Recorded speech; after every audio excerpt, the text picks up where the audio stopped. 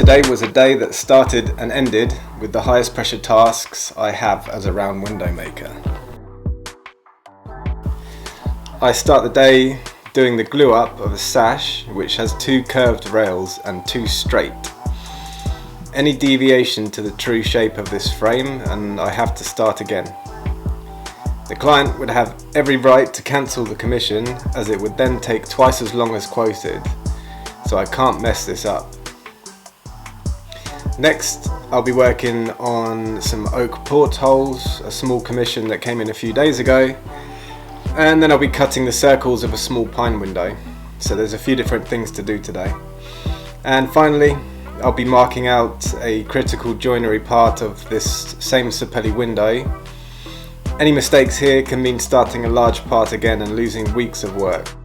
Right now, during school summer holidays, where I have less time to work, I can't afford that loss. I start early today. The temperature is due to hit 39 Celsius or 102 Fahrenheit, and I don't want to be using a water-based glue when it's that hot and dry. Also for myself, I don't want to be doing a high-pressure, time-sensitive task during that heat. Much better to start early when it's a bit cooler. So I get the pieces ready.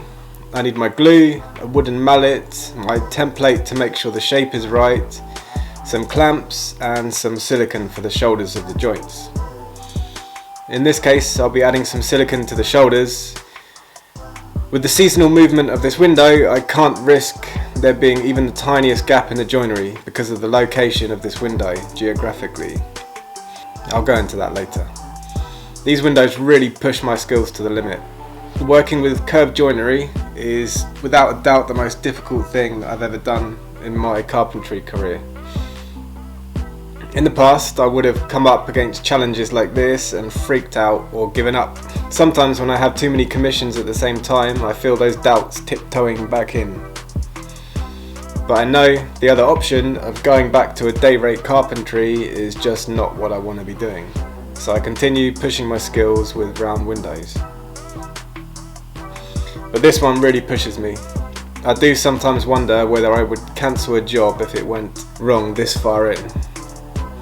For reference, these are 6-week commissions. The client pays up front for a window and I start making it usually that same week.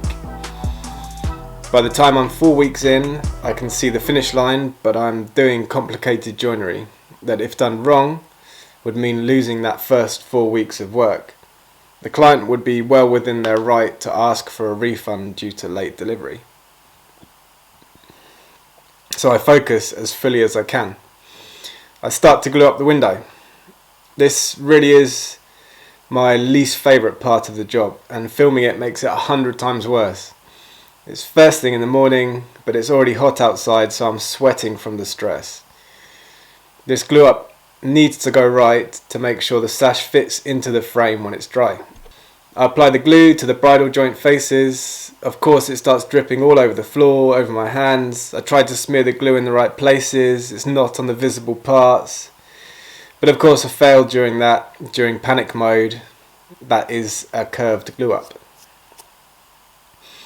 In the end, after some firm blows with the mallet, the sash is in place, on the table with the clamps ready to dry throughout the morning. I take a sigh of relief.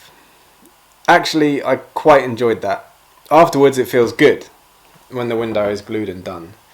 So I take a little break.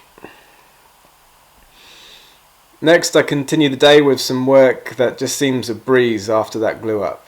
2 portholes that just need a bit of progress. So I sand them and I use biscuit joints to strengthen the bead.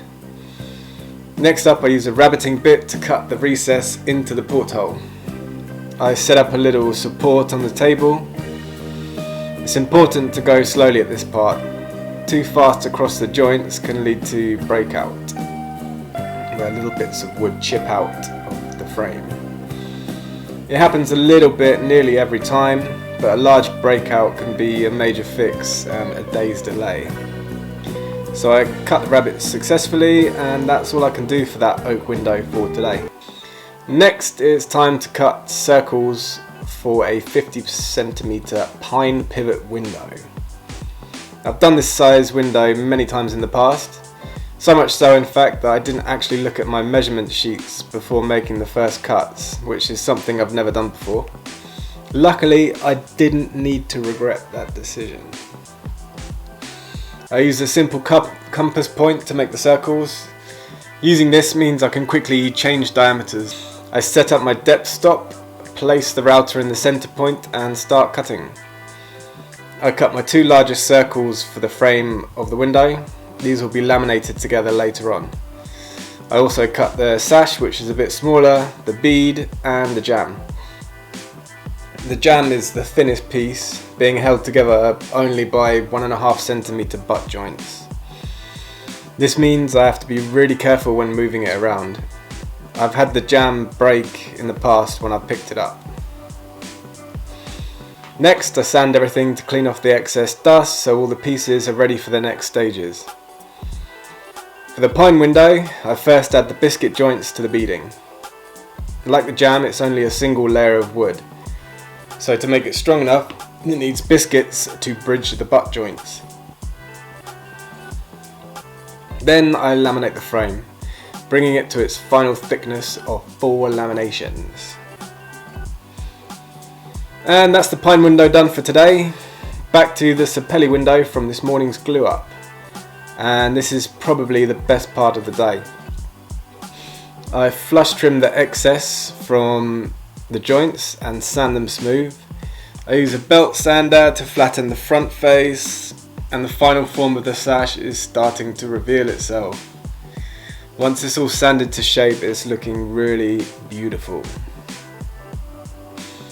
And now the second highest pressure part of the day, getting all the joinery marked in for tomorrow.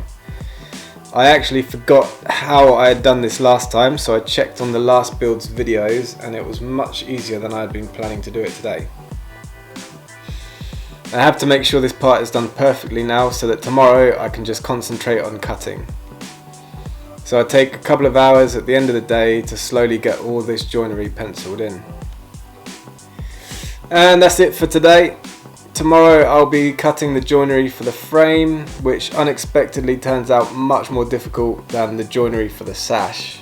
So if you want to follow along with this build, hit that subscribe button and I'll see you next time.